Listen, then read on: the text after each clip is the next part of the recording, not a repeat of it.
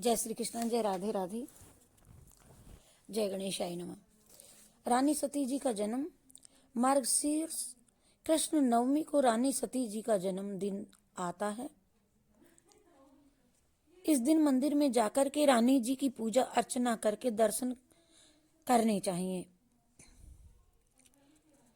और इन्हीं माता को अवसान देवी का पूजन मार्गशीर्ष कृष्ण पक्ष की दशमी को किया जाता है। अवसान बीबी की पूजा का शुद्ध रूप अवसान विधि से किया जाता है। विधि से इनकी पूजा होती है और हमारे देश के पूर्वी प्रांतों में इसे अचानक देवी भी कहते हैं। देवी, अचानक देवी हमने कभी नहीं सुना। अवसान बीबी, अचानक देवी और रानी सती जी। विवाह आदि में शुभ कार्यों में इन बेमाता कार्योपरांत 7 सुहागण स्त्रियों को आमंत्रित किया जाता है। 7 जगह सब सुहाग पूरा पूजा निकाली जाती हैं। आमंत्रित करके सुहागणों को और उनके सुहाग की पूजा की जाती है। भगवान राम सीता के विवाहोपरांत जब राम जी का विवाह हुआ, जनकपुरी से लौटने पर राजा दशरथ ने सुहागिन स्त्रियों को सम्मानित किया था और पूजन के बाद गुड़ मिश्रित चने की दाल का प्रसाद बांटा जाता है। सुहागिन स्त्रियों को भोजन करवाने का भी नियम है और रात्रि में हरि कीर्तन करके व्यतीत करती हैं। अवसान देवी जी के भजन गाती हैं देवी और कथा करती हैं कि कथा कह करके मार्गशीर्ष मास में करती हैं। देव उठने के बाद ये कथा शुरू होती है। एकादशी के बाद कार्तिक मास पूर्णमासी से लेकर के और पूर्णमासी तक एक गांव में एक भाई बहन रहते थे। भाई को चिड़िया पालने का बड़ा शौक था। वह दिन और रात उन्हीं की देखभाल में लगा रहता था।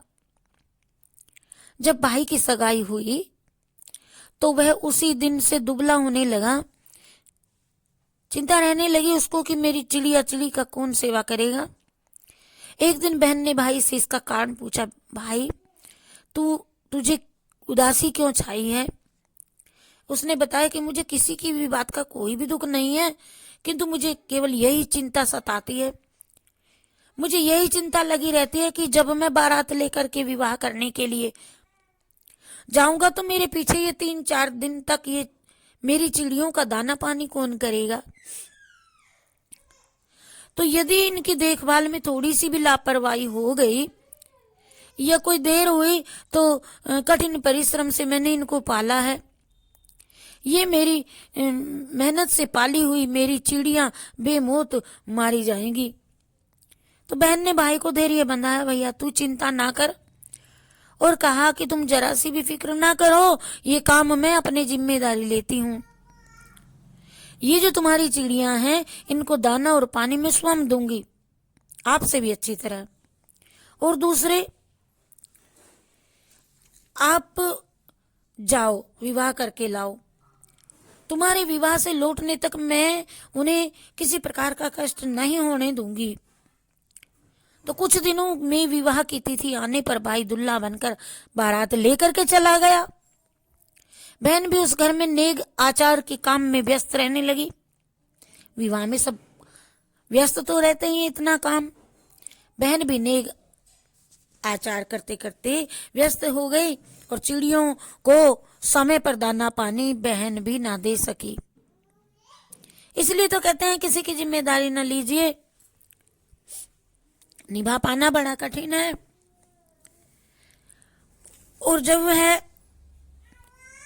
कुछ अवकाश पाकर के चिड़िया खाने में गई, समय मिला थोड़ा, तो वहां उसने देखा कि अधिकतर चिड़ियां मरी पड़ी हैं। अरे ये देख करके वह तो भारी संकट में पड़ गई और उसने मन ही मन उस माता अवसान बीबी का स्मरण किया, अचानक देवी का स्मरण किया और कहने लगी, हे माँ देवी, आपकी कृपा से चिड़िया जीवित हो जाएं तो मैं दुरैया कराऊंगी। देवयोग से सभी चिड़िया बेटी के कहने से, बहन के कहने से, अवसान देवी का नाम व्रत करने से, लेने से सभी चिड़ियाएं जीवित हो उठी। तो तब बहन ने उनको दाना पानी दिया और खुश हुई, अब मैं भैया से को मुंह दिखाने के योग हो गई। चिड़ियों को दाना पानी देकर के वे बाहर चली आई और अपने मन में ये विचार करके खड़ी हो गई कि यदि कोई इधर से निकले तो उससे कुछ बुने बुनाऊं, थोड़े से चने लेऊं और फिर सुहागणों को न्योता देकर के बुलाऊं, अवसान देवी की पूजा कराऊं। तभी इधर से एक बारात निकली।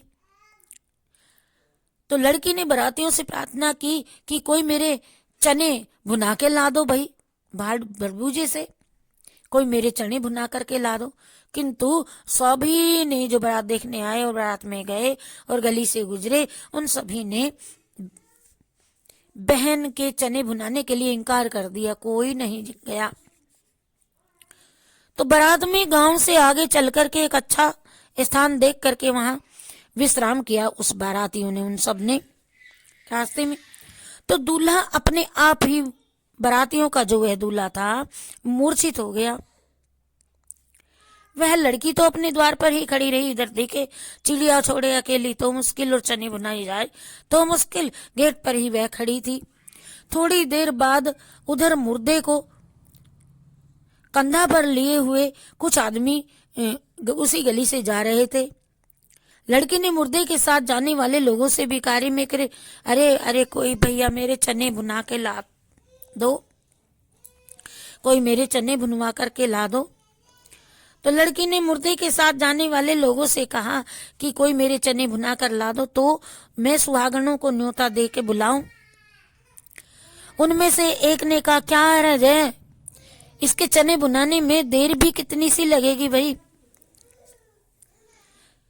जलाने को अभी बहुत समय है, मुर्दे को जलाने में अभी बहुत समय है। ये सोच करके कुछ लोग चने भुनाने के लिए चल दिए। तभी अर्थी के ऊपर से मुर्दा उठ करके बैठ गया। इतना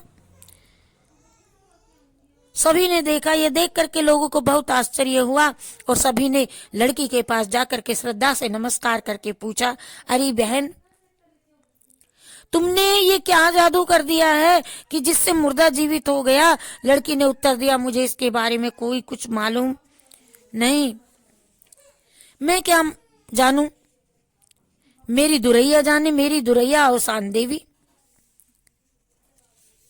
मेरी बेमाता अवसान देवी, अचानक देवी, अवसान बीबी जाने। मैंने अवसान बीबी से प्रार्थना की थी कि मेरे भाई की मरी हुई चिड़ियाएं जीवित हो जाएं, तो जीवित हो उठी और भुने हुए चने का प्रसाद बांटूंगी, ये मैंने संकल्प लिया।